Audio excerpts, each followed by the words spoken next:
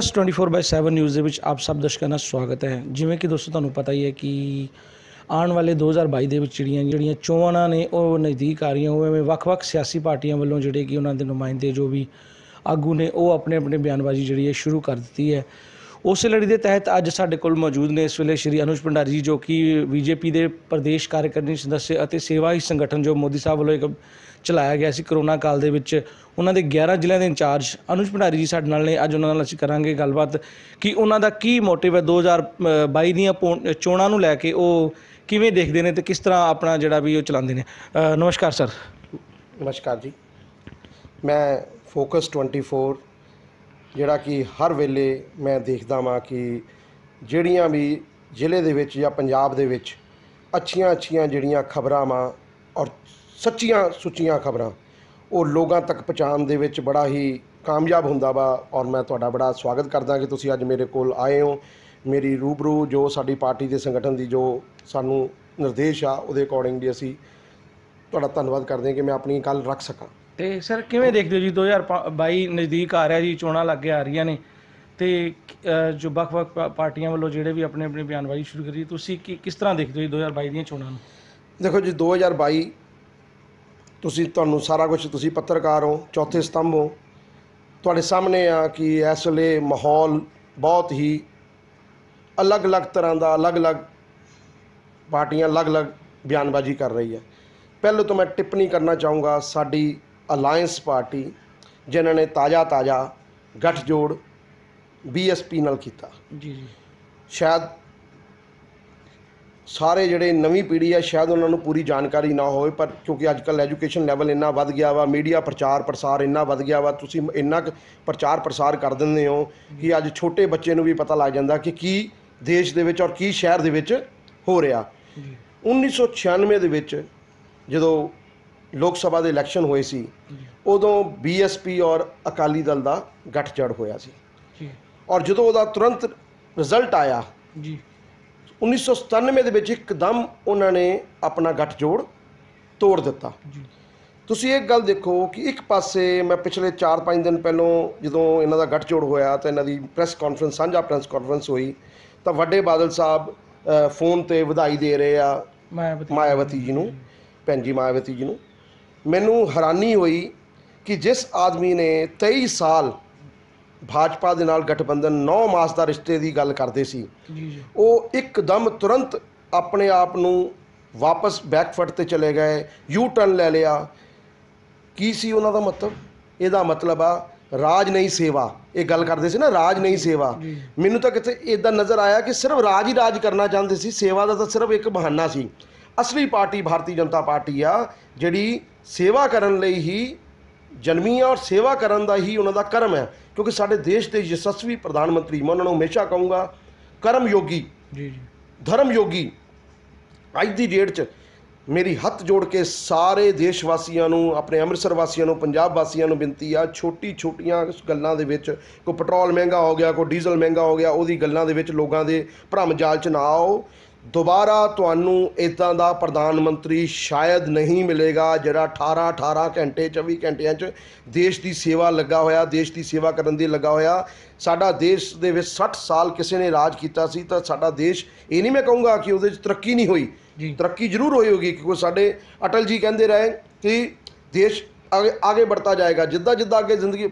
ਪਰ ਮੈਨੂੰ ਇਸ ਗੱਲ 'ਤੇ ਦੁੱਖ ਲੱਗਾ ਕਿ ਵੱਡੇ ਬਾਦਲ ਸਾਹਿਬ ਜਿਨ੍ਹਾਂ ਨੂੰ ਅਸੀਂ ਆਪਣਾ ਇੱਕ ਭੀਸ਼ਮ ਪਿਤਾਮਾ ਪੰਜਾਬ ਦੇ ਵਿੱਚ ਆਪਣੇ ਰਾਜਨੀਤੀ 'ਚ ਗਿਣਦੇ ਹਾਂ, ਕਿਉਂਕਿ ਅੱਜ 93-94 ਸਾਲ ਉਹਨਾਂ ਦੀ ਏਜ ਹੋ ਗਈ ਆ। ਮੋਦੀ ਸਾਹਿਬ ਪ੍ਰਧਾਨ ਮੰਤਰੀ ਵੀ ਬਣ ਗਏ, ਉਹ ਵੀ ਉਹਨਾਂ ਦੇ ਚਰਨ ਸਪਰਸ਼ ਕਰਦੇ ਸੀ ਕਿ ਇੰਨਾ ਮਾਣ ਦਿੰਦੇ ਸੀ। ਔਰ ਇੰਨਾ ਮਾਣ ਦੇਣ ਵਾਲੇ ਆਦਮੀ ਨੂੰ, ਇੰਨਾ ਜਿਹੜੀ ਪਾਰਟੀ ਮਾਣ ਦਿੰਦੀ ਹੋਵੇ ਆਪਣੀ ਅਲਾਇੰਸ ਪਾਰਟੀ ਨੂੰ, ਅਸੀਂ ਕਿੰਨੀ ਸੀਟਾਂ ਤੋਂ ਲੜਦੇ ਸੀ? 23 117 'ਚੋਂ 23। ਅਸੀਂ ਕਦੀ, ਸਾਡੇ ਕਾਰਜਕਰਤਾ ਬੋਲਦੇ ਰਹੇ, ਅਸੀਂ ਵੀ ਬੋਲਦੇ ਰਹੇ ਕਿ ਅਸੀਂ ਜੀ ਦੇਖੋ ਅਲਾਇੰਸ ਆ, ਸਾਡੀ ਦੇਸ਼ ਦੇ ਵਿੱਚ ਰਾਸ਼ਟਰ ਪਾਰਟੀ ਆ ਔਰ ਅਸੀਂ 23 ਸੀਟਾਂ 'ਤੇ ਲੜਦੇ ਹਾਂ। ਪਰ ਪਾਰਟੀ ਨੇ ਸਾਡੀ ਇਸ ਗੱਲ 'ਤੇ ਨਹੀਂ ਮੰਨਿਆ, ਕਿਉਂਕਿ ਉਹ ਕਹਿੰਦੇ ਸੀ ਕਿ ਸਾਡੇ ਅਟਲ ਜੀ ਦਾ ਇਹ ਬਣਾਇਆ ਹੋਇਆ ਸੁਪਨਾ ਵਾ, ਉਹਨਾਂ ਨੇ ਇੱਕ ਗੱਠਜੋੜ ਕੀਤਾ, ਇਹ ਹਿੰਦੂ ਸਿੱਖ ਏਕਤਾ ਦਾ ਗੱਠਜੋੜ ਆ, 9 ਮਾਸ ਦਾ ਰਿਸ਼ਤਾ ਇਹ ਕਹਿੰਦੇ ਸੀ। ਅਸੀਂ ਕਹਿੰਦੇ ਸੀ ਸਾਡੇ ਤਿਉਹਾਰ ਸਾਰੇ ਇਕੱਠੇ ਆ, ਸਾਡੇ ਸਭ ਕੁਝ ਆ। ਪਰ ਇਹਨਾਂ ਨੇ ਯੂ ਟਰਨ ਲਿੱਤਾ, ਇਹਨਾਂ ਨੂੰ ਇਹ ਸੋਚਣਾ ਚਾਹੀਦਾ ਸੀਗਾ ਔਰ ਇਹਨਾਂ ਨੇ, ਮੈਂ ਇਹਨਾਂ ਦੀ ਘੋਰ ਨਿੰਦਾ ਕਰਦਾ ਵਾਂ। ਔਰ ਅੱਜ ਇਹਨਾਂ ਨੇ ਗੱਠਜੋੜ ਕੀਤਾ। ਅੱਜ ਇਹ ਕਹਿਣ ਲੱਗ ਗਏ ਆ ਜੀ ਕਿ ਸਾਡਾ ਤਾਂ ਬੜਾ ਵੱਡਾ ਦੁਬਾਰਾ ਗੱਠਜੋੜ ਹੋਇਆ, ਬੜਾ ਇਤਿਹਾਸਿਕ ਗੱਠਜੋੜ ਹੋਇਆ। 1997 'ਚ ਕੀ ਹੋ ਗਿਆ ਸੀ ਇਹਨਾਂ ਦਾ, ਕਿਉਂ ਗੱਠਜੋੜ ਟੁੱਟ ਗਿਆ ਸੀ? ਅੱਜ ਹਰ ਵੇਲੇ ਇੱਕ ਗੱਲ, ਉਦੋਂ ਸੁਖਬੀਰ ਬਾਦਲ ਜੀ ਨੇ ਇੱਕ ਗੱਲ ਕਹੀ ਆ ਕਿ ਜੀ ਸਾਡਾ ਤਾਂ ਨਾ ਜੀ ਜਿਹੜਾ ਇਹ ਗੱਠਜੋੜ ਆ ਨਾ ਜੀ ਬੜਾ ਇਤਿਹਾਸਿਕ ਆ ਔਰ ਅਸੀਂ ਬਾਹਾਂ ਫੈਲਾ ਕੇ ਇਹਨਾਂ ਨੂੰ ਨਾਲ ਜੋੜਦੇ ਹਾਂ। ਉਸ ਵੇਲੇ ਕਿੱਥੇ ਗਿਆ ਸੀਗਾ ਕਿ ਜਦੋਂ ਇਹਨਾਂ ਨੂੰ, ਮੈਂ ਤਾਂ ਇਹ ਸਮਝਦਾ ਵਾਂ ਕਿ ਸੁਖਬੀਰ ਬਾਦਲ ਜੀ ਨੂੰ ਮੈਂ ਔਰ ਆਪਣੇ ਜਿਨ੍ਹਾਂ ਨੂੰ ਆਪਾਂ ਕਹਾਂਗੇ ਕਾਂਗਰਸ ਦੇ ਯੁਵਰਾਜ ਜੀ, ਮੈਂ ਸਿਰਫ ਉਹਨਾਂ ਦੀ ਟਿੱਪਣੀ ਉਹਨਾਂ ਨਾਲ ਮਿਲਾਨਾ ਕਿਉਂਕਿ ਉਹ ਦੋਨੋਂ ਇੱਕੋ ਜਿਹੇ ਆ।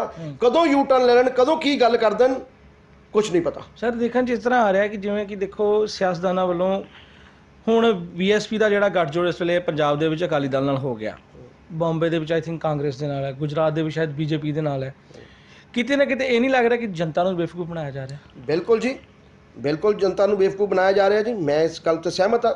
ਅਕਾਲੀ ਦਲ ਹਰਿਆਣੇ ਦੇ ਵਿੱਚ ਸਾਡੇ ਅਗੇਂਸਟ ਲੜਦਾ ਜੀ, ਸਾਡੇ ਅਗੇਂਸਟ ਲੜਦਾ, ਅਸੀਂ ਤਾਂ ਨਹੀਂ ਕੋਈ ਉਹਦੇ ਤੇ ਕੁਐਸਚਨ ਚੇਂਜ ਕੀਤਾ। ਠੀਕ ਆ, ਉਹਨਾਂ ਦੇ ਹਰਿਆਣੇ 'ਚ ਕੋਈ ਗੱਲ ਹੋਏਗੀ ਤਾਂ ਆਪਣੇ ਤਰੀਕੇ ਨਾਲ ਲੜ ਰਹੇ ਆ। ਪਰ ਪੰਜਾਬ 'ਚ ਜਿੱਥੇ ਹਿੰਦੂ ਸਿੱਖ ਏਕਤਾ ਦੀ ਮਿਸਾਲ ਦੇਣ ਵਾਲੀ ਗੱਲ ਸੀਗੀ, ਉੱਥੇ ਯੂ ਟਰਨ ਕਿਉਂ ਲਿੱਤਾ ਗਿਆ? ਇਹਦਾ ਮਤਲਬ ਹੈ ਕਿ 10-5 ਸਾਲ ਰਾਜਨੀਤੀ ਤੋਂ ਬਾਹਰ ਰਹਿ ਕੇ ਪਾਵਰ ਤੋਂ ਰਹਿਣ ਦਾ, ਪਾਵਰ ਦਾ ਨਸ਼ਾ ਸਮਝਦੇ ਨਾ, ਸੇਵਾ ਦਾ ਨਸ਼ਾ ਨਹੀਂ ਨਾ ਹੈਗਾ। ਇਹ ਕਲੀਅਰ ਕੱਟ ਇੰਡੀਕੇਸ਼ਨ ਆ ਪਾਰਟੀ ਦੇ ਵਿੱਚੋਂ, ਲੋਕਾਂ ਨੂੰ ਕਲੀਅਰ ਕੱਟ ਇੰਡੀਕੇਸ਼ਨ, ਅੱਜ ਲੋਕ ਪੜ੍ਹੇ ਲਿਖੇ ਆ, ਲੋਕਾਂ ਨੂੰ ਕਲੀਅਰ ਕੱਟ ਹੋ ਗਈ ਗੱਲ ਕਿ ਇਹ ਗੱਲਾਂ ਸਿਰਫ ਰਾਜ ਦੀ ਆ, ਸੇਵਾ ਦੀ ਨਹੀਂ। ਸੇਵਾ ਸਿਰਫ ਭਾਰਤੀ ਜਨਤਾ ਪਾਰਟੀ ਦੇ ਕਾਰਜਕਰਤਾ, ਅੱਜ ਵੀ ਅਸੀਂ ਉੱਦਾਂ ਹੀ ਡਟੇ ਹੋਏ ਆ।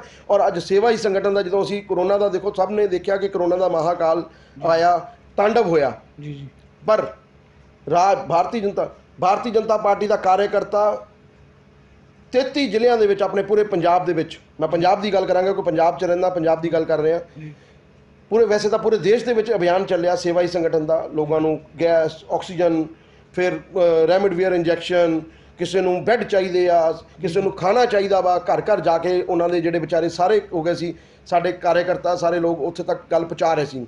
ਮੈਂ ਹੀ 200-250 ਇੰਜੈਕਸ਼ਨ, ਰੈਮਡੇਸਿਵਿਰ ਇੰਜੈਕਸ਼ਨ ਕਾਸਟ ਪ੍ਰਾਈਸ 'ਤੇ ਲੈ ਕੇ ਅਰੇਂਜ ਕਰਕੇ ਦਿੱਤਾ। ਹਾਲਾਂਕਿ ਮੇਰੇ ਪਿਤਾ ਜੀ ਦੀ ਬੜੀ ਪ੍ਰੋਬਲਮ ਰਹੀ, ਉਸ ਦੌਰਾਨ ਵੀ ਮੈਂ ਆਪਣੀ ਸੇਵਾ ਤੋਂ, ਕਰਮ ਤੋਂ ਪਿੱਛੇ ਨਹੀਂ ਹਟਿਆ, ਮੈਂ ਆਪਣਾ ਕਰਮ ਕਰਦਾ ਰਿਹਾ। ਕਿਉਂਕਿ ਸਾਡੀ ਸੋਚ ਵਿੱਚ, ਸਾਡੇ ਸੰਗਠਨ ਦੇ ਵਿੱਚ, ਸਾਡੇ ਸੰਘ ਦੇ ਵਿੱਚ ਇੱਕ ਹੀ ਗੱਲ ਸਿਖਾਈ ਗਈ ਆ ਕਿ ਜੇ ਰਾਜਨੀਤੀ ਵੀ ਕਰਨੀ ਆ ਨਾ, ਉਹ ਸੇਵਾ ਕਰਦੇ ਕੋਈ ਕਰਨੀ ਆ, ਆਪਣਾ ਕਰਮ ਕਰਨਾ ਵਾ, ਫਲ ਦੀ ਇੱਛਾ ਨਹੀਂ ਕਰਨੀ। ਸਰ ਅਨਿਲ ਜੋਸ਼ੀ ਜੀ ਜੋ ਕਿ ਪਹਿਲੇ ਮੰਤਰੀ ਰਹਿ ਚੁੱਕੇ ਨੇ ਬੀਜੇਪੀ ਵੱਲੋਂ, ਲੋਕਲ ਬੋਡੀ ਮਿਨਿਸਟਰ, ਉਹ ਵੀ ਥੋੜ੍ਹੇ ਅੱਜ ਕੱਲ੍ਹ ਨਾਰਾਜ਼ ਚੱਲ ਰਹੇ ਨੇ, ਉਹਨਾਂ ਬਾਰੇ ਕੀ ਕਹਿਣਾ ਚਾਹੋਗੇ ਤੁਸੀਂ ਪਾਰਟੀ? ਦੇਖੋ, ਮੇਰਾ ਇੰਨਾ ਦਾਇਿਤਵ ਨਹੀਂ ਬਣਦਾ ਕਿ ਮੈਂ ਉਹਨਾਂ ਬਾਰੇ ਟਿੱਪਣੀ ਕਰ ਸਕਾਂ। ਕਾਰਨ ਕੀ ਆ, ਇਹ ਨਾਰਾਜ਼ ਚੱਲ ਰਹੇ ਆ ਜਾਂ ਉਹ ਆਪਣਾ ਪਕਸ਼ ਰੱਖ ਰਹੇ ਆ। ਇੱਕ ਗੱਲ ਕਲੀਅਰ ਆ, ਮੈਂ ਭਾਰਤੀ ਜਨਤਾ ਪਾਰਟੀ ਦਾ ਸਿਪਾਹੀ ਹਾਂ ਜੀ ਜੀ, ਮੈਂ ਮੈਂ ਭਾਰਤੀ ਜਨਤਾ ਪਾਰਟੀ ਦੇ ਨਾਲ ਤਨ ਮਨ ਧਨ ਤਿੰਨੋਂ ਚੀਜ਼ਾਂ ਨਾਲ ਚੱਲਣ ਵਾਲਾ ਇਨਸਾਨ ਹੈ ਜੀ, ਮੇਰਾ ਉਹਨਾਂ ਨਾਲ ਵੀ ਪਿਆਰ ਆ ਕਿਉਂਕਿ ਮੇਰੀ ਕਨਸਟੀਟਿਊਂਸੀ ਦੇ ਵਿੱਚ ਉਹ MLA 2 ਵਾਰ ਰਹੇ, ਉਸ ਤੋਂ ਬਾਅਦ ਸੈਕੰਡ ਟਰਮ ਦੇ ਵਿੱਚ ਉਹ ਮਿਨਿਸਟਰ ਵੀ ਬਣੇ। ਪਾਰਟੀ ਦੇ ਸਿਪਾਹੀ ਸੀ, ਅਸੀਂ ਉਹਨਾਂ ਦੇ ਨਾਲ ਕੰਮ ਕੀਤਾ ਜੀ ਜੀ, ਕਿਉਂਕਿ ਪਾਰਟੀ ਦਾ ਜੋ ਆਦੇਸ਼ ਹੋਏਗਾ, ਪਾਰਟੀ ਨੇ ਜਿਹਨੂੰ ਜ਼ਿੰਮੇਵਾਰੀ ਦਿੱਤੀ, ਅਸੀਂ ਉਹਦੇ ਨਾਲ ਕੰਮ ਕਰਾਂਗੇ।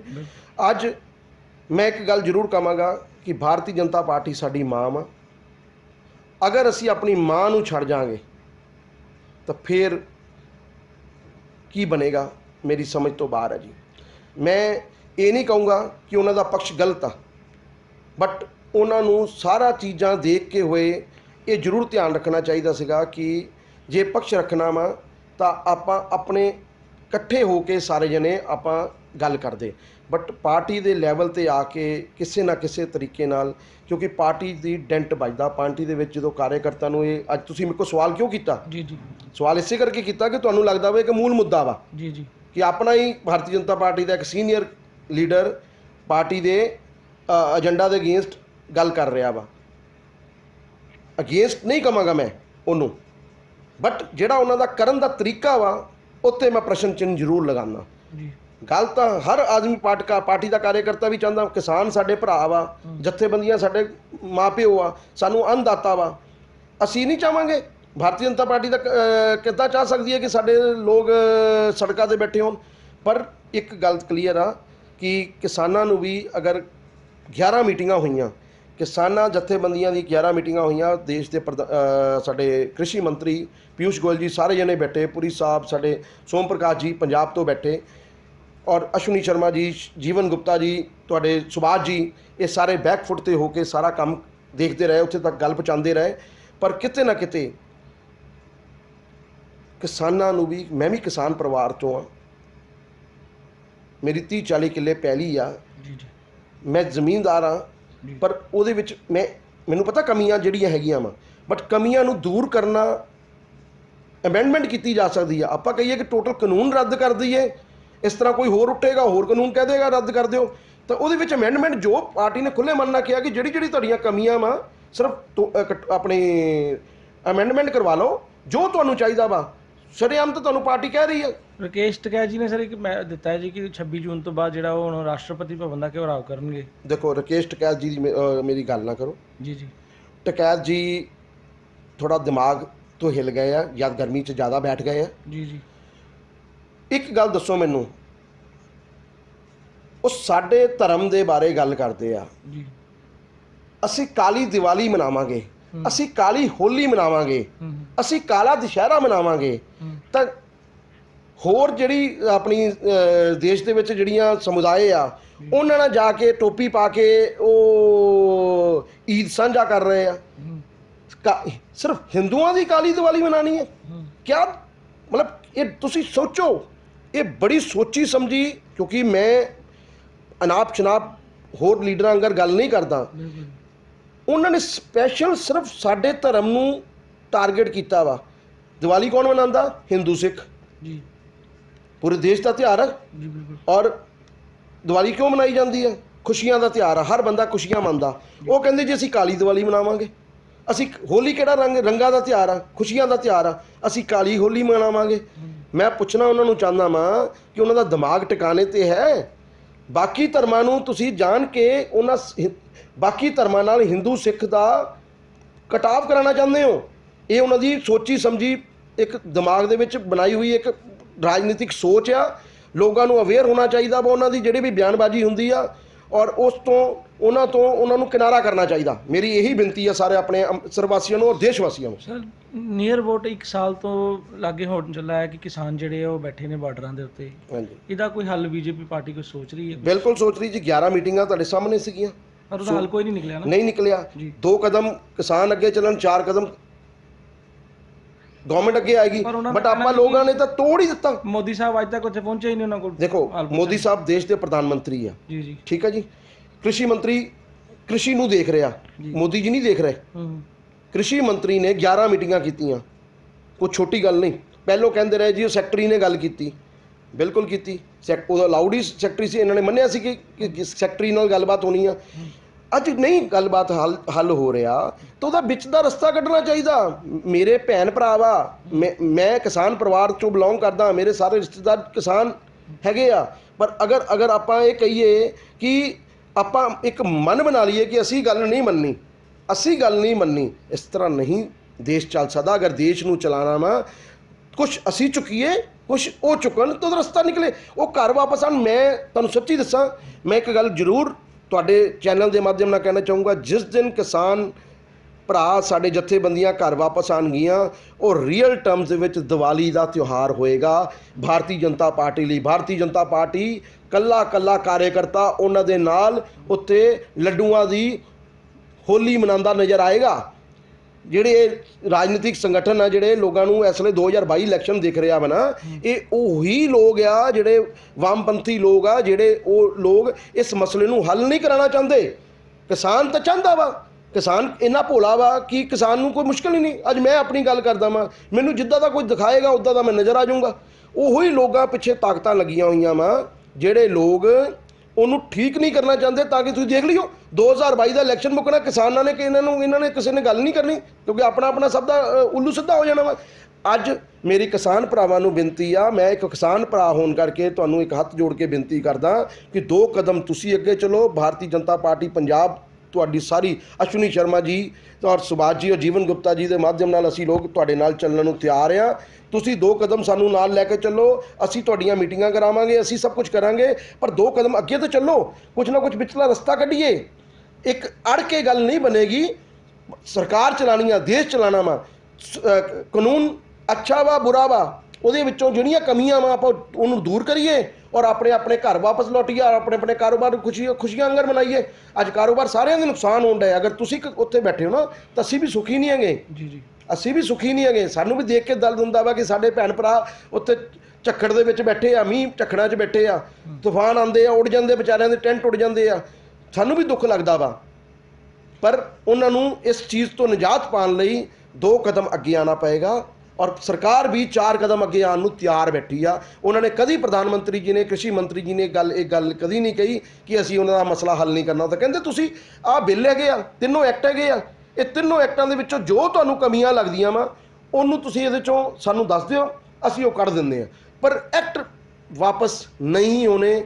ਇਹ ਕਲੀਅਰ ਭਾਰਤੀ ਜਨਤਾ ਪਾਰਟੀ ਦਾ ਸਟੈਂਡ ਆ। ਉਹਦੇ 'ਚ ਅਮੈਂਡਮੈਂਟ ਜਿੰਨੀਆਂ ਚਾਹੋ ਉਹ ਭਾਰਤੀ ਜਨਤਾ ਪਾਰਟੀ ਕਰਨ ਨੂੰ ਤਿਆਰ ਆ ਔਰ ਉਹਦੇ ਲਈ ਅਸੀਂ ਵੱਧਦੇ ਆਵਾਂ। ਸਰ, ਜਿਵੇਂ ਕਿ ਪੰਜਾਬ 'ਚ ਇਲੈਕਸ਼ਨ ਤੋਂ ਆ ਰਹੇ ਹੁਣ, ਕਾਂਗਰਸ ਪਾਰਟੀ ਦੀ ਵੀ ਛਵੀ ਪਿਛਲੇ 5 ਸਾਲ ਤੋਂ ਕਾਰਜਕਾਲ 'ਚ ਕੋਈ ਇੰਨੀ ਵਧੀਆ ਨਹੀਂ ਰਹੀ। ਕਰੋਨਾ ਕਾਲ ਦੇ ਵਿੱਚ ਅਸੀਂ ਦੇਖ ਲਿਆ ਕਿ ਕੋਈ ਵੀ ਜਿਵੇਂ ਕਿ ਗੱਲਾਂ ਤਾਂ ਬੜੀਆਂ ਵੱਡੀਆਂ ਹੋਈਆਂ, ਪਰ ਆਮ ਜ਼ਮੀਨੀ ਪੱਧਰ ਦੇ ਜਨਤਾ ਤੱਕ ਕੋਈ ਵੀ ਐਸੀ ਸਹੂਲਤ ਨਹੀਂ ਪਹੁੰਚੀ।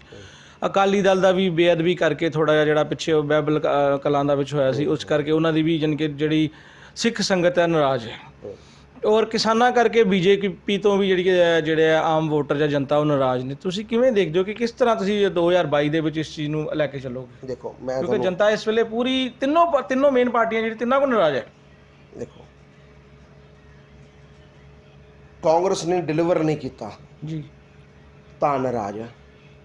ਅਕਾਲੀਆਂ ਨੇ ਆਪਣੇ ਹੀ ਘਰ ਦੇ ਵਿੱਚ ਗੋਲੀ ਕਾਂਡ ਕੀਤਾ, ਆਪਣੇ ਹੀ ਸਾਡੇ ਜਿਹੜੇ ਇੱਕ ਮਤਲਬ ਜਿਹਨੂੰ ਕਹਿੰਦੇ ਆ ਜਿਹੜਾ ਸਾਡਾ ਇੱਕ ਯੱਗਿਆ ਰੂਪ ਦੇ ਵਿੱਚ ਸਾਡੇ ਜਿਹੜੇ ਗੁਰੂ ਗ੍ਰੰਥ ਸਾਹਿਬ ਆ ਉਹਦੀ ਬੇਅਦਬੀ ਕੀਤੀ।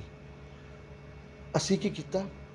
ਅਸੀਂ ਨਾ ਕੋਈ ਬੇਅਦਬੀ ਕੀਤੀ, ਨਾ ਅਸੀਂ ਕੋਈ ਝੂਠੇ ਵਾਅਦੇ ਕੀਤੇ, ਨਾ ਅਸੀਂ ਕੋਈ ਐਸਾ ਕਰਮ ਕੀਤਾ। ਤਾਂ ਵਿਕਲਪ ਦੇ ਰੂਪ ਦੇ ਵਿੱਚ ਅਗਰ ਲੋਕ ਸਮਝਦਾਰ ਹੋਣਗੇ ਔਰ ਲੋਕੀ ਉਹਦੇ 'ਤੇ ਸਮੀਖਿਆ ਕਰਨਗੇ ਤਾਂ ਉਹਨਾਂ ਨੂੰ ਭਾਰਤੀ ਜਨਤਾ ਪਾਰਟੀ ਇਕਲੌਤੀ ਇੱਕ ਐਸੀ ਪਾਰਟੀ ਨਜ਼ਰ ਆਏਗੀ ਜਿਹੜਾ ਉਹਨਾਂ ਲੋਕਾਂ ਦੇ ਕਰਮ ਨਾਲ, ਉਹਨਾਂ ਦੇ ਕੰਮ ਨਾਲ ਹਰ ਵੇਲੇ ਉਹਨਾਂ ਦਾ ਸਾਥ ਦੇਣ ਦੇ ਵਿੱਚ। ਪਿਛਲੇ 10 ਸਾਲਾਂ ਦੇ ਵਿੱਚ ਤੁਸੀਂ ਸਾਡੀ ਸਰਕਾਰ ਦੇਖ ਲਓ, ਜਦੋਂ 5 ਸਾਲ ਪਹਿਲਾਂ ਸਾਡੀ ਸਰਕਾਰ ਸੀ, ਕਿੰਨਾ ਕੰਮ ਕੀਤਾ ਸੀ ਭਾਰਤੀ ਜਨਤਾ ਪਾਰਟੀ ਨੇ। ਇਸ ਕਰਕੇ ਮੈਂ ਇੱਕ ਗੱਲ ਹੋਰ ਕਹੂੰਗਾ, ਸੇਵਾ ਹੀ ਸੰਗਠਨ ਦੇ ਵਿੱਚ ਅਸੀਂ ਇੰਨਾ ਕੰਮ ਕੀਤਾ। ਤੁਸੀਂ ਇੱਕ ਗੱਲ ਦੇਖੋ, ਤੁਸੀਂ ਤਾਂ ਪੱਤਰਕਾਰ ਹੋ, ਮੈਂ ਉਦੋਂ ਵੀ ਆਪਣੀ ਇੱਕ ਵੀਡੀਓ ਪਾਈ ਸੀ, ਇੰਨਾ ਡਰ ਲੱਗਣ ਲੱਗ ਪਿਆ ਸੀ ਕਾਂਗਰਸ ਦੇ ਮੰਤਰੀਆਂ ਨੂੰ, ਕਾਂਗਰਸ ਦੇ ਲੋਕਾਂ ਨੂੰ। ਉਹਨਾਂ ਨੇ ਸਾਡੇ ਟੀਕਾ ਲਗਾਉਣ ਵਾਲੇ ਜਿਹੜੇ ਸਾਡੇ ਕੈਂਪ ਸੀਗੇ ਉਹ ਵੀ ਸਾਡੇ ਬੰਦ ਕਰਵਾਤੇ। ਉਹਨਾਂ ਨੂੰ ਬਿਆਨ ਦੇਣਾ ਪੈ ਗਿਆ। ਸਾਡੇ ਇੱਕ ਬਹੁਤ ਵੱਡੇ ਲੀਡਰ ਅੰਮ੍ਰਿਤਸਰ ਦੇ ਆ ਕਾਂਗਰਸ ਦੇ, ਉਹਨਾਂ ਨੇ ਬਿਆਨ ਦੇ ਦਿੱਤਾ ਕਿ ਜੀ ਇਹਨਾਂ ਨੂੰ ਇਹ ਆਪਣਾ ਨਾ ਪੋਸਟਰ ਲਗਾ ਕੇ, ਬੈਨਰ ਲਗਾ ਕੇ ਇਹ ਸੇਵਾ ਕਰ ਰਹੇ ਆ ਤੇ ਇਹਨਾਂ ਨੂੰ ਨਾ ਦਿੱਤਾ ਜਾਵੇ। ਇੱਥੋਂ ਹੀ ਪਤਾ ਲੱਗਦਾ ਵਾ ਕਿ ਭਾਰਤੀ ਜਨਤਾ ਪਾਰਟੀ ਦੇ ਕਾਰਿਆਕਰਤਾ ਤੋਂ, ਉਹਨਾਂ ਦੀ ਇੱਕ ਜਿਹੜੀ ਸੋਚ ਤੋਂ ਬਾਕੀ ਪਾਰਟੀਆਂ ਕਿੰਨੀ ਡਰਦੀਆਂ ਵਾ। ਕਿਉਂਕਿ ਜਦੋਂ ਭਾਰਤੀ ਜਨਤਾ ਪਾਰਟੀ ਦਾ ਕਾਰਿਆਕਰਤਾ ਅਗਲੀ ਪੰਕਤੀ ਤੇ ਆ ਕੇ ਲੋਕਾਂ ਦੀ ਸੇਵਾ ਕਰਨਾ ਸ਼ੁਰੂ ਕਰਦਾ ਨਾ, ਉਹ ਆਪਣਾ ਅੱਗਾ ਪਿੱਛਾ ਨਹੀਂ ਦੇਖਦਾ। ਉਹਦੀ ਮਿਸਾਲ ਤੁਹਾਡੇ ਸਾਹਮਣੇ ਆ, ਉਹਨਾਂ ਦਾ ਬਿਆਨ ਜੀ। ਉਹਨਾਂ ਨੇ ਕਈ ਲੋਕਾਂ ਨੇ ਕਹਿ ਦਿੱਤਾ ਜੀ ਕਿ ਨਹੀਂ ਜੀ ਇਹਨਾਂ ਨੂੰ ਆਹ ਨਾ ਦਿਓ, ਇਹਨਾਂ ਨੂੰ ਆਹ ਨਾ ਦਿਓ। ਪਰ ਭਾਰਤੀ ਜਨਤਾ ਪਾਰਟੀ ਦਾ ਮੈਂ ਉਹਨਾਂ ਦੇ ਆਪਣੇ ਇਸ ਤੁਹਾਡੇ TV ਚੈਨਲ ਦੇ ਮਾਧਿਅਮ ਨਾਲ, ਤੁਹਾਡੀ ਪ੍ਰੈਸ ਦੇ ਮਾਧਿਅਮ ਨਾਲ ਇੱਕ ਗੱਲ ਕਲੀਅਰ ਕਹਿਣਾ ਚਾਹੁੰਦਾ ਵਾਂ, ਸੋਚ ਬਦਲੋ। ਮੈਂ ਹਮੇਸ਼ਾ ਕਹਿੰਦਾ ਦੇਸ਼ ਬਦਲ ਜਾਏਗਾ। ਰਾਜਨੀਤੀ ਪਾਰਟੀ ਸਰਕਾਰਾਂ ਆਉਂਦੀਆਂ ਰਹਿਣੀਆਂ, ਜਾਂਦੀਆਂ ਰਹਿਣੀਆਂ, ਬਟ ਇੱਕ ਮਨਭੇਦ ਔਰ ਮਤਭੇਦ ਦਾ ਫਰਕ ਰੱਖੋ। ਪਾਰਟੀਆਂ ਦੇ ਵਿੱਚ ਆਪਣੇ ਲੋਕਾਂ ਦੇ ਵਿੱਚ ਮਤਭੇਦ ਰੱਖ ਸਕਦੇ ਹਾਂ, ਪਰ ਮਨਭੇਦ ਨਾ ਰੱਖੋ। ਮੈਂ ਆਪਣੇ ਵੀ ਕਾਰਿਆਕਰਤਾ ਨੂੰ ਇਹ ਇੱਕ ਗੱਲ ਕਹਾਂਗਾ ਕਿ ਕਿਸੇ ਤੇ ਵੀ ਟਿੱਪਣੀ ਕਰਨੀ ਆ ਉਹ ਮਤਭੇਦ ਦੇ ਤਰੀਕੇ ਨਾਲ ਕੀਤੀ ਜਾਵੇ, ਮਨਭੇਦ ਦੇ ਨਾਲ ਟਿੱਪਣੀ ਨਾ ਕਰੋ। ਇਹੀ ਮੇਰੀ ਆਪਣੇ ਸਾਰੇ, ਅਗਰ ਆਪਾਂ ਆਪਣੀ ਮਤਲਬ ਦੇਸ਼ ਨੂੰ ਔਰ ਆਪਣੇ ਪ੍ਰਦੇਸ਼ ਨੂੰ ਉਚਾਈਆਂ 'ਚ ਲਿਜਾਣਾ ਚਾਹੁੰਦੇ ਹਾਂ ਔਰ ਆਪਾਂ ਸਾਰੇ ਲੋਕ ਇੱਕ ਭੈਣ ਭਰਾ ਦੇ ਰੂਪ ਦੇ ਵਿੱਚ ਰਹਿਣਾ ਚਾਹੁੰਦੇ ਹਾਂ, ਅੱਛਾ ਜੀਵਨ ਜੀਣਾ ਚਾਹੁੰਦੇ ਹਾਂ, ਤਾਂ ਮਨਭੇਦ ਔਰ ਮਤਭੇਦ ਦੇ ਡਿਫਰੈਂਸ ਨੂੰ ਮਾਈਂਡ 'ਚ ਰੱਖ ਕੇ ਜ਼ਰੂਰ ਆਪਣਾ ਕੰਮ ਕਰੋ। ਔਰ ਇਹੀ ਇੱਕ ਅੱਛੀ ਸੋਚ ਆ ਔਰ ਇਹੀ ਇੱਕ ਸਮਾਜ ਦੀ ਭਲਾਈ ਆ। ਸੋ ਆਖਰ ਦੇ ਵਿੱਚ ਮੈਂ ਤੁਹਾਨੂੰ ਇੱਕ ਚੀਜ਼ ਪੁੱਛਣਾ ਪਾਵਾਂਗਾ ਕਿ ਸਰ, ਕਿ ਇਸ ਵੇਲੇ ਜੋ ਜਨਤਾ ਦੀ ਡਿਮਾਂਡ ਹੈ ਉਸ ਦੇ ਉੱਤੇ ਤੁਸੀਂ ਕੀ ਆਪਣੇ ਵੱਲੋਂ ਕਹਿਣਾ ਚਾਹੋ ਕਿ ਜਨਤਾ ਨੂੰ ਕੀ ਸੋਚ ਕੇ ਫੈਸਲਾ ਲੈਣਾ ਚਾਹੀਦਾ? 2022 ਦੇ ਵਿੱਚ ਜਿਹੜੀਆਂ ਚੋਣਾਂ ਹੋਣੀਆਂ, ਜਨਤਾ ਕੀ ਸੋਚ ਕੇ BJP ਦੇ ਨਾਲ ਚੱਲੇ? देखो बीजेपी एक कर्म योगी पार्टी है। जी मैं इस करके नहीं कह रहा कि मैं ਉਹਦਾ ਸਿਪਾਹੀ ਹਾਂ। जी ਇਹ ਹਰ ਆਦਮੀ ਦੇ ਇਨਸਾਨ 'ਚ ਇੱਕ ਮਨ ਦੇ ਵਿੱਚ 2014 ਤੋਂ ਬਾਅਦ ਮਨ 'ਚ ਘਰ ਕਰ ਚੁੱਕੀ ਆ ਕਿ ਨਾ ਖਾਊਂਗਾ ਨਾ ਖਾਣੇ ਦੂੰਗਾ। जी ਇਹ ਉਹਨਾਂ ਦਾ ਨਾਰਾ ਸੀ ਸਾਡੇ ਦੇਸ਼ ਦੇ ਪ੍ਰਧਾਨ ਮੰਤਰੀ ਜੀ ਦਾ। ਤੁਸੀਂ ਇੱਕ ਗੱਲ ਦੇਖੋ, ਕਿਹੜਾ ਕੋਈ ਐਸਾ ਤੁਹਾਨੂੰ ਦੇਖਿਆ ਕਿਤੇ ਕੋਈ ਇਲਜ਼ਾਮ ਲੱਗੇ ਹੋਣ? ਨਹੀਂ ਤਾਂ ਟੂ ਕਾਲ 2G ਸਕੈਮ, ਕਾਲਗੇਟ, ਫਲਾਨ, ਮਤਲਬ ਯੂ ਨੇਮ ਐਨੀ, ਤਾਂ ਘੁਟਾਲੇ ਸੀ। ਬਟ ਅੱਜ ਤੁਸੀਂ 2022 ਦੀ ਗੱਲ ਕਰ ਰਹੇ ਹੋ। 2022 ਦਾ ਮੈਂ ਤੁਹਾਨੂੰ ਪਹਿਲਾਂ ਵੀ ਕਿਹਾ ਕਿ ਸਾਰੀ ਪਾਰਟੀਆਂ ਦਾ ਅਧਿਐਨ ਕਰਕੇ ਕਿ ਕਿਹੜੀ ਪਾਰਟੀ ਕੀ ਕਰਦੀ ਆ, ਕੀ ਕਰ ਸਕਦੀ ਆ, ਕੀ ਕੀਤਾ, ਉਹ ਇਤਿਹਾਸ ਦੇਖ ਕੇ ਭਾਰਤੀ ਜਨਤਾ ਪਾਰਟੀ ਨੂੰ ਮੈਂ ਇਹ ਕਹੂੰਗਾ ਕਿ ਪਾਰਟੀ ਨੂੰ ਚੁਣੋ। ਪੰਜਾਬ ਦੇ ਵਿੱਚ ਇਕੱਲਾ ਇੰਡੀਵਿਜੂਅਲ 117 ਹਲਕਿਆਂ ਦੇ ਅਸੀਂ ਆਪਣੇ ਪ੍ਰਤਿਆਸ਼ੀ ਖਿਲਾਰਨ ਜਾ ਰਹੇ ਹਾਂ ਔਰ ਬਹੁਤ ਯੁਵਾ ਪੀੜ੍ਹੀ ਅੱਗੇ ਆਉਣ ਵਾਲੀ ਹੈ ਇਹਦੇ ਵਿੱਚ, ਕਿਉਂਕਿ ਇਸ ਵਾਰ ਬਹੁਤ ਚੇਂਜਸ ਦਿਖਣਗੀਆਂ। ਤੁਸੀਂ ਬਾਕੀ ਗੱਲ ਤੋਂ ਛੱਡੋ, ਤੁਹਾਨੂੰ ਉਹਦਾ ਇਤਿਹਾਸ ਨਜ਼ਰ ਆ ਰਿਹਾ। ਤੁਸੀਂ ਦੇਖੋ ਲਗਾਤਾਰ ਰੋਜ਼ ਦੂਜੇ ਤੀਜੇ ਚੌਥੇ ਦਿਨ ਐਡੇ ਵੱਡੇ ਸੀਨੀਅਰ ਆਗੂ ਦੂਸਰੀਆਂ ਪਾਰਟੀਆਂ ਦੇ ਬੀਜੇਪੀ 'ਚ ਸੰਮਿਲਿਤ ਹੋ ਰਹੀਆਂ। ਕਿਉਂ ਹੋ ਰਹੀਆਂ? ਬੀਜੇਪੀ ਦੇ ਵਿੱਚ ਉਹ ਬੰਦੇ ਕਿਉਂ ਸੰਮਿਲਿਤ ਹੋ ਰਹੇ ਆ? ਐਜੂਕੇਟਡ ਲੈਵਲ ਕੋਈ ਵਾਈਸ ਚਾਂਸਲਰ ਯੂਨੀਵਰਸਿਟੀਆਂ ਦੇ, ਕੋਈ ਐਡਵੋਕੇਟ ਜਨਰਲ, ਉਹ ਲੋਕ ਪਾਰਟੀ ਦੇ ਵਿੱਚ ਪਿਛਲੇ 3 ਦਿਨ ਪਹਿਲਾਂ ਤੁਸੀਂ ਦੇਖੋ ਬੀਜੇਪੀ ਪੰਜਾਬ ਦੇ ਵਿੱਚ ਸ਼ਾਮਲ ਹੋ ਰਹੇ ਆ। ਉਹ ਕੀ ਮਤਲਬ ਆ? ਇਹਦਾ ਮਤਲਬ ਇਹ ਆ ਉਹਨਾਂ ਨੂੰ ਐਜੂਕੇਟਡ ਲੈਵਲ ਬੰਦੇ ਨੂੰ ਇਹ ਕਲੀਅਰ ਕਰ ਹੋ ਗਿਆ ਕਿ ਕਾਂਗਰਸ ਸਿਰਫ ਅਕਾਲੀ ਦਲ, ਕਾਂਗਰਸ, ਆਮ ਆਦਮੀ ਪਾਰਟੀ ਸਿਰਫ ਗੱਲਾਂ ਕਰ ਰਹੀਆਂ ਵਾ ਔਰ ਭਾਰਤੀ ਜਨਤਾ ਪਾਰਟੀ ਡਿਲੀਵਰ ਕਰ ਰਹੀ ਆ। ਸਰ 3 ਜ਼ਰੂਰਤਾਂ ਮੇਨ ਇਨਸਾਨ ਦੀਆਂ ਹੈਗੀਆਂ, ਇੱਕ ਇਲੈਕਟ੍ਰਿਸਿਟੀ, ਐਜੂਕੇਸ਼ਨ ਤੇ ਹੈਲਥ। ਹਾਂਜੀ। ਦਿੱਲੀ ਦੇ ਵਿੱਚ ਕੇਜਰੀਵਾਲ ਸਾਹਿਬ ਨੇ ਜੇ ਅਗਰ ਉਹਨਾਂ ਨੇ ਅੱਜ ਲਗਾਤਾਰ ਚੌਥੀ ਪੰਜਵੀਂ ਵਾਰ CM ਬਣੇ ਨੇ ਤੇ ਉਹ ਉਹਨਾਂ ਨੇ ਟਾਰਗੇਟ ਇਹ ਚੀਜ਼ਾਂ ਰੱਖੀਆਂ, ਤੇ ਕੀ ਬੀਜੇਪੀ ਜਿਹੜੀ ਹੈ ਉਹ ਵੀ ਅਗਰ ਉਹਨਾਂ ਅਗਰ ਸੱਤਾ ਦੇ ਵਿੱਚ ਪੰਜਾਬ ਦੇ ਵਿੱਚ ਆਉਂਦੀ ਹੈ ਇਹਨਾਂ ਚੀਜ਼ਾਂ ਲਈ, ਕਿਉਂਕਿ ਦੁਨੀਆ ਦਾ ਜਿਹੜਾ ਜਨਤਾ ਦੀ ਡਿਮਾਂਡ ਇਹ ਹੈ ਐਜੂਕੇਸ਼ਨ, ਇਲੈਕਟ੍ਰਿਸਿਟੀ ਔਰ ਹੈਲਥ। ਦੇਖੋ ਮੈਂ ਤੁਹਾਡੀ ਗੱਲ ਇਸ ਗੱਲ ਨਾਲ ਇਲੈਕਟ੍ਰਿਸਿਟੀ ਔਰ ਐਜੂਕੇਸ਼ਨ ਸਭ ਤੋਂ ਜ਼ਿਆਦਾ ਜਿੱਦਾਂ ਕੋਵਿਡ ਦਾ ਦੌਰਾਨ ਚੱਲਿਆ ਉਹਦੇ ਵਿੱਚ ਸਭ ਤੋਂ ਜ਼ਿਆਦਾ ਔਖ ਦਾ ਟਾਈਮ ਆਇਆ ਹੈਲਥ।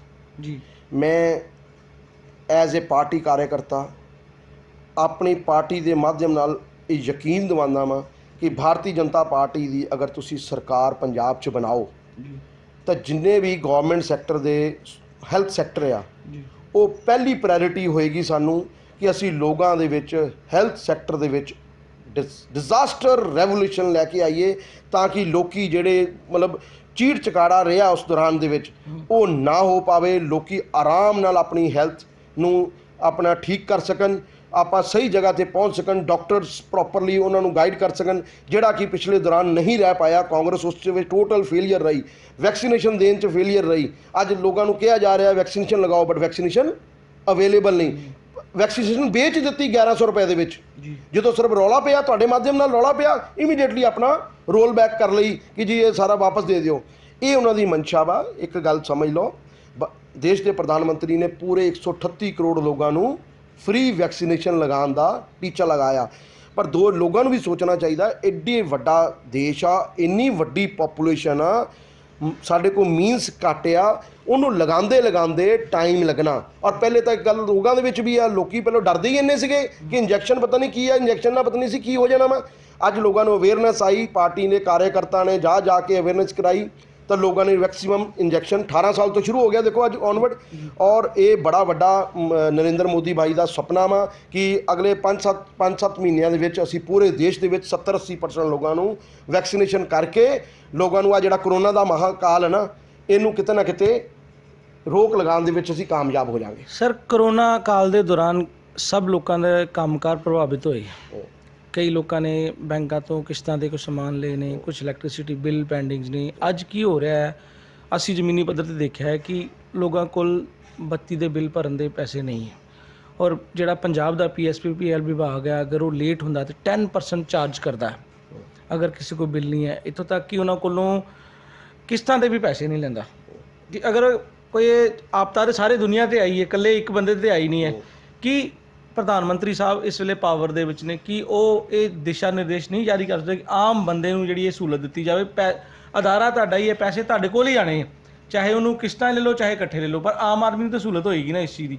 ਇਸ ਵਾਸਤੇ ਤੁਸੀਂ ਕੀ ਹਾਈ ਕਮਾਂਡ ਨੂੰ ਅਪੀਲ ਕਰੋਗੇ ਕਿ ਇਹਨਾਂ ਚੀਜ਼ਾਂ ਦੇ ਉੱਤੇ ਥੋੜਾ ਜਿਹਾ ਬੈਂਕਾਂ ਨੂੰ ਔਰ ਜਿਹੜੇ ਆ PSPL ਵਿਭਾਗ ਆ ਜਿਹੜੀਆਂ ਆਮ ਜ਼ਰੂਰਤਾਂ ਲੋਕਾਂ ਦੀ ਉਹਦੇ ਤੇ ਕੋਈ ਨਾ ਕੋਈ ਨਾ ਰਹਿਤ ਦਿੱਤੀ ਜਾਵੇ? ਦੇਖੋ ਬੈਂਕਾਂ ਨੂੰ ਤਾਂ ਰਾਹਤ ਪਿਛਲੇ ਤੁਸੀਂ ਦੇਖੋ ਬੈਂਕਾਂ ਦੇ ਕੁਝ 4 ਮਹੀਨੇ ਲਈ 6 ਮਹੀਨੇ ਲਈ ਉਹਨਾਂ ਨੇ ਇੰਟਰਸਟ ਪਹਿਲਾਂ ਦੀ ਰੋਕ ਸਰ ਹੁਣ ਜਿਹੜਾ ਮਿੰਨੀ ਲਾਕਡਾਊਨ ਲੱਗਾ ਹੁਣ ਨਹੀਂ ਦਿੱਤਾ, ਡੇਢ ਮਹੀਨੇ ਦਾ 1 ਮਹੀਨੇ 1.5 ਮਹੀਨੇ ਦਾ ਹੁਣ ਨਹੀਂ ਲਾਕਡਾਊਨ ਦਿੱਤਾ ਕੁਝ ਵੀ। ਚਲੋ ਗੱਲ ਆ ਕਿ ਦੇਖੋ ਕਈ ਵਾਰੀ ਨਾ ਪਿਛਲਾ ਇੰਨਾ ਲੰਬਾ ਸਮਾਂ ਹੋ ਗਿਆ ਵਾ ਜੀ ਕਿ ਬੈਂਕ ਨਹੀਂ ਉਹ ਤਾਂ ਵੀ ਸਰ ਉਹਨਾਂ ਨੇ ਜਿਹੜੇ ਛੱਡੇ ਨਾ ਉਹਦੇ ਚਾਰजेस ਪਾਏ ਨੇ ਮੈਨੂੰ ਪਤਾ ਪਹਿਲੇ ਹੈ, ਹਾਂ ਮੈਨੂੰ ਪਤਾ ਜੀ ਚਾਰजेस ਪਾਏ ਆ, ਜੀ ਬਟ ਅਦਰਵਾਈਜ਼ ਬੈਂਕ ਫੇਲ ਹੋ ਜਾਣਗੇ। ਸਾਡਾ ਸਟਰਕਚਰ ਇਦਾਂ ਦਾ ਨਹੀਂ ਹੈਗਾ ਜੀ ਹਲੇ। ਹੁਣ ਮੇਰੀ ਗੱਲ ਸੁਣ ਲਓ, ਦੇਖੋ ਨਾ ਕਿ ਅਗਰ ਬੰਦਾ ਕਮਾਈ ਨਹੀਂ ਕਰੇਗਾ, ਮੈਂ ਉੱਥੇ ਹੀ ਆ ਰਿਹਾ 33% ਦੇ ਕਰੀਬ ਪੈਟਰੋਲ ਦੇ ਉੱਪਰ ਅੱਜ ਸਟੇਟ ਗਵਰਨਮੈਂਟ ਟੈਕਸ ਲੈ ਰਹੀ ਹੈ ਜੀ, ਠੀਕ ਹੈ ਜੀ, ਸਟੇਟ ਗਵਰਨਮੈਂਟ। ਅੱਜ ਤੁਸੀਂ ਇੱਕ ਗੱਲ ਦੇਖੋ, ਅੱਜ 9800 ਰੁਪਏ ਲੀਟਰ ਤੇਲ ਹੋ ਗਿਆ, ਉਹਨਾਂ ਦਾ ਵੀ ਪ੍ਰੋਫਿਟ ਵੱਧ ਗਿਆ ਜੀ, ਉਹਨਾਂ ਦਾ ਵੀ ਪ੍ਰੋਫਿਟ ਵੱਧ ਗਿਆ। ਸਰਕਾਰ ਨੇ ਕੁਝ ਕੀਤਾ ਨਹੀਂ, ਕਿਉਂਕਿ ਹੁਣ ਤਾਂ ਸਰਕਾਰ ਦੇ ਉਹਨਾਂ ਕੋਲ ਕੰਟਰੋਲ 'ਚ ਹੀ ਹੈ ਨਹੀਂ ਪੈਟਰੋਲ ਡੀਜ਼ਲ ਦੇ ਭਾਅ, ਕਿਉਂਕਿ ਉਹ ਪ੍ਰਾਈਵੇਟਾਈਜੇਸ਼ਨ ਦੇ ਵਿੱਚ ਚਲਾ ਗਿਆ ਕਿ ਉਹਨਾਂ ਨੇ ਉਹਦੇ 'ਚੋਂ ਕੱਢ ਦਿੱਤਾ। ਅਸੀਂ ਇੱਕ ਗੱਲ ਅਪੀਲ ਜ਼ਰੂਰ ਕਰ ਰਹੇ ਸੀ ਕਿ ਇਹਨੂੰ ਕਿਸੇ ਤਰੀਕੇ ਨਾਲ GST ਦੇ ਅੰਡਰ ਆ ਜਾਵੇ, ਜਿਹੜਾ ਸਿਸਟਮ ਨੂੰ ਇਹ ਕੰਟਰੋਲ ਹੋ ਕੇ ਸੈਂਟਰ ਗਵਰਨਮੈਂਟ ਕੋਲ ਸਾਰਾ ਸਿਸਟਮ ਆ ਜਾਵੇ ਤਾਂ ਕਿ ਉਹ ਇਹਦਾ ਲੋਕਾਂ ਦਾ ਉਹ ਕਰ ਸਕਣ। ਪਰ ਇੱਕ ਗੱਲ ਤੁਸੀਂ ਹੁਣ ਮੈਨੂੰ ਇਹ ਜਿਹੜਾ ਕੀਤਾ ਕਿ ਇਹ ਜਿਹੜਾ ਬਿਜਲੀ ਬੱਤੀ ਔਰ ਉਹਦੇ ਵਿੱਚ ਤੀਜਾ ਕੀ ਨਾਂ ਲਿਆ ਸੀ ਤੁਸੀਂ? ਬੈਂਕਾਂ ਦਾ। ਤੁਸੀਂ ਇੱਕ ਗੱਲ ਦੇਖੀ, ਸਾਡੀ ਹੀ ਦੇਸ਼ ਦੀ ਇੱਕ ਸਟੇਟ ਆ ਜੀ ਗੁਜਰਾਤ ਜੀ, ਇਸ ਲਾਕਡਾਊਨ 'ਚ ਲੇਟੈਸਟ ਜਿਹੜਾ ਕੋਵਿਡ ਦਾ ਸੈਕੰਡ ਦੌਰ ਆਇਆ ਉਹਦੇ ਵਿੱਚ ਉਹਨਾਂ ਨੇ ਸਭ ਤੋਂ ਜ਼ਿਆਦਾ ਪ੍ਰਭਾਵਿਤ ਕੌਣ ਹੋਏ ਆ? ਜਿਨ੍ਹਾਂ ਦੇ ਟੋਟਲ ਮਤਲਬ ਬਿਜ਼ਨੈਸਿਸ ਬੰਦ ਰਹੇ, ਦੁਕਾਨਾਂ ਫਿਰ 4 ਘੰਟੇ 6 ਘੰਟੇ ਲਈ ਖੁੱਲ੍ਹ ਰਹੀਆਂ ਸੀ, ਕੁਝ ਨਾ ਕੁਝ ਕੰਮ ਕਰ ਰਹੇ ਸੀ। ਦਾਇਰੇ ਕਿਹੜੇ? ਫੈਕਟਰੀਆਂ ਵੀ ਖੁੱਲ੍ਹ ਰਹੀਆਂ ਸੀ ਜੀ, ਕੰਮ ਵੀ ਹੋ ਰਿਹਾ ਸੀ ਉਹਨਾਂ ਦਾ, ਚਾਹੇ ਉਹ 6 ਘੰਟੇ ਹੋਣ ਚਾਹੇ 8 ਘੰਟੇ ਹੋਣ 10 ਘੰਟੇ ਹੋਣ, ਬੈਂਕ ਉਹਨਾਂ ਨੇ ਬੰਦ ਨਹੀਂ ਕੀਤਾ। ਸੈਕੰਡ ਸਭ ਤੋਂ ਜ਼ਿਆਦਾ ਪ੍ਰਭਾਵਿਤ ਹੋਇਆ ਰਿਜ਼ੋਰਟਸ ਜੀ, marriage palaces, Mala's and hotel ਜੀ। ਗੁਜਰਾਤ ਨੇ ਅਗਰ ਇੱਕ ਮੁਹਿੰਮ ਚਲਾਤੀ ਆਪਣੇ, ਉਹਨਾਂ ਨੇ ਸਾਰੇ ਬਿਜਲੀ ਦੇ ਬਿੱਲ ਜੀ ਕੰਜ਼ੰਪਸ਼ਨ ਤੋਂ ਇਲਾਵਾ ਜੀ ਜਿਹੜੀ ਕੰਜ਼ਿਊਮ ਕੀਤੀ ਉਹ ਨਹੀਂ, ਜੇ ਉਹ ਮਿਨੀਮਮ ਜਿਹੜਾ ਕੰਜ਼ੰਪਸ਼ਨ ਤੋਂ ਬਗੈਰ ਜਿਹੜੇ ਬਿੱਲ ਆ ਰਹੇ ਆ, ਪ੍ਰਾਪਰਟੀ ਟੈਕਸ ਬੜੇ ਟੈਕਸ ਹੁੰਦੇ ਆ, ਕਾਊ ਟੈਕਸ ਇਹ ਉਹ ਪਤਾ ਨਹੀਂ ਕਿਹੜੇ, ਸਾਰੇ ਮਾਫ ਕਰ ਦਿੱਤੇ 1 ਸਾਲ ਲਈ, 2 ਮਹੀਨੇ ਲਈ ਨਹੀਂ, 1 ਸਾਲ ਲਈ ਮਾਫ ਕਰ ਦਿੱਤੇ। ਤਾਂ ਕਿਉਂ ਨਹੀਂ ਸਟੇਟ ਸਾਡੀ ਪੰਜਾਬ ਜਿਹੜੀ ਪ੍ਰੋਗਰੈਸਿਵ ਪੰਜਾਬ ਕਹਿੰਦੇ ਆਪਾਂ ਲੋਕ, ਬਾਦਲ ਸਾਹਿਬ ਰੌਲਾ ਪਾਉਂਦੇ ਥੱਕ ਪ੍ਰੋਗਰੈਸਿਵ ਪੰਜਾਬ, ਉਹ ਕੈਪਟਨ ਸਾਹਿਬ ਆਪਣੀਆਂ ਕਹਾਣੀਆਂ ਬਣਾਈ ਜਾਂਦੇ ਆ, ਉਹ ਘਰ ਬੈਠੇ ਉੱਥੇ ਰਾਜ ਮਹਿਲ ਤੋਂ ਹੀ ਆਪਣੇ ਆਰਡਰ ਕਰ ਦਿੰਦੇ ਆ। ਉਹਨਾਂ ਦੀ ਇੱਕ ਮੰਤਰੀ ਕਹਿੰਦੇ ਆ ਜੀ ਸਾਨੂੰ ਮਿਲਦੇ ਨਹੀਂ। ਅੱਜ ਦੇਖੋ ਦਵੰਦ ਯੁੱਧ ਚੱਲ ਰਿਹਾ ਵਾ ਕਾਂਗਰਸ ਦੇ ਵਿੱਚ, ਕਿਉਂ ਨਹੀਂ ਕੈਪਟਨ ਸਾਹਿਬ ਅੱਗੇ ਆਉਂਦੇ ਔਰ ਇਹ ਚੀਜ਼ਾਂ ਮਾਫ ਕਰਦੇ? ਲੋਕਾਂ ਨੂੰ ਰਾਹਤ ਦਿਓ ਨਾ। ਅਗਰ ਗੁਜਰਾਤ ਇੱਕ ਕਰ ਸਕਦੀ ਆ, ਸਾਡਾ CM ਗੁਜਰਾਤ 'ਚ CM ਕਿਹਨਾਂ ਦਾ ਵਾ? ਭਾਰਤੀ ਜਨਤਾ ਪਾਰਟੀ ਦਾ। ਅੱਜ ਸ਼ੁਰੂਆਤ ਹੋਈ ਆ, ਹੌਲੀ ਹੌਲੀ ਦੇਖੋ ਭਾਰਤੀ ਜਨਤਾ ਪਾਰਟੀ ਦੇ ਸਾਰੇ ਜਿੱਦਾਂ ਉਹਦਾ ਦਾ ਆਪਣਾ ਸਟਰਕਚਰ ਦੇਖਣਗੇ, ਕਿੱਥੋਂ ਉਹਨਾਂ ਨੂੰ ਪ੍ਰੋਫਿਟ ਔਰ ਲਾਸਿਸ ਹੈਗੀਆਂ ਵਾ, ਕਿ ਉਹਨਾਂ ਨੇ ਵੀ ਪ੍ਰਦੇਸ਼ ਚਲਾਉਣਾ। ਇਹਨਾਂ ਨੂੰ ਦੇਖਣਾ ਚਾਹੀਦਾ ਵਾ ਕਿ ਜੇ ਆਪਾਂ ਸਭ ਕੁਝ ਕਰਨਾ ਵਾ, ਰਾਜਨੀਤੀ ਨਾ ਕਰੋ, ਲੋਕਾਂ ਨੂੰ ਸਹੂਲਤਾਂ ਦਿਓ। ਕੈਪਟਨ ਸਾਹਿਬ ਮੈਂ ਕਈ ਵਾਰੀ ਕਹਿੰਦਾ ਜਾਗ ਜਾਓ, ਉਹ ਉੱਥੇ ਸੁਪਨਿਆਂ ਦੇ ਮਹਿਲ 'ਚ ਨਾ ਰਹੋ, ਕਿਉਂਕਿ ਤੁਸੀਂ ਰਾਜੇ ਹੋ।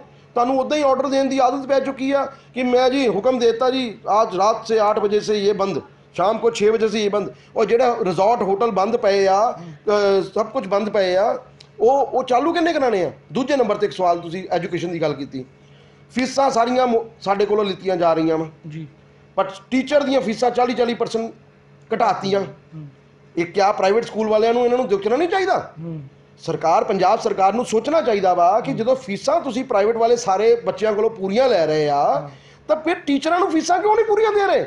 ਉਹਨਾਂ ਦੇ ਤਾਂ ਪੈਸੇ ਬਚ ਰਹੇ, ਉਹਨਾਂ ਦਾ ਇਨਫਰਾਸਟ੍ਰਕਚਰ ਕਾਸਟ ਕੋਈ ਨਹੀਂ ਆ ਰਹੀ, ਬਿਜਲੀ ਦਾ ਬਿੱਲ ਕੋਈ ਨਹੀਂ ਆ ਰਿਹਾ, ਉਹਨਾਂ ਦੇ ਬੰਦੇ ਸਿਰਫ ਆਨਲਾਈਨ ਕਲਾਸਿਸ ਆ ਰਹੀਆਂ ਵਾ, ਚਾਹੇ 2 ਮਹੀਨੇ ਲਈ ਉਹ ਜਾ ਕੇ ਲੈ ਰਹੇ ਇੱਕ ਪੱਖੇ ਤੇ ਬਿਠਾ ਕੇ, ਤਾਂ ਤੁਸੀਂ ਉਹਨਾਂ ਨੂੰ ਫੀਸਾਂ ਤਾਂ ਪੂਰੀਆਂ ਦਿਓ, ਤਨਖਾਹਾਂ ਤਾਂ ਪੂਰੀਆਂ ਦੇਵੋ।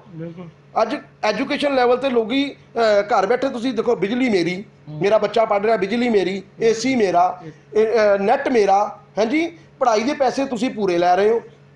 ਤਾਂ ਉਹ ਜਿਹੜਾ ਤੁਹਾਡਾ ਮਾਧਿਅਮ ਬਣਦਾ, ਸਰਕਾਰ ਨੂੰ ਇਹ ਸੋਚਣਾ ਚਾਹੀਦਾ। ਸਰਕਾਰ ਨੂੰ ਉਹ ਜਿਹੜੇ ਬੱਚੇ ਟੀਚਰਾਂ ਪੜ੍ਹਾਉਂਦੇ ਬੱਚੇ ਨੂੰ 8-8 ਘੰਟੇ 10-10 ਘੰਟੇ ਆਨਲਾਈਨ ਪੜ੍ਹਾਉਣਾ ਬੜਾ ਔਖਾ ਵਾ। ਬਿਲਕੁਲ ਆਪਾਂ ਸੋਚਦੇ ਹਾਂ ਉੱਥੇ ਬਲੈਕ ਬੋਰਡ ਤੇ ਪੜ੍ਹਾਉਣਾ ਸੌਖਾ ਵਾ, 4 ਘੰਟਿਆਂ 'ਚ ਤੁਸੀਂ ਛੁੱਟੀ ਹੋ ਜਾਂਦੀ ਆ, ਪਰ ਆਨਲਾਈਨ ਬੱਚੇ ਨੂੰ ਪੜ੍ਹਾਉਣਾ ਬਹੁਤ ਔਖਾ ਵਾ।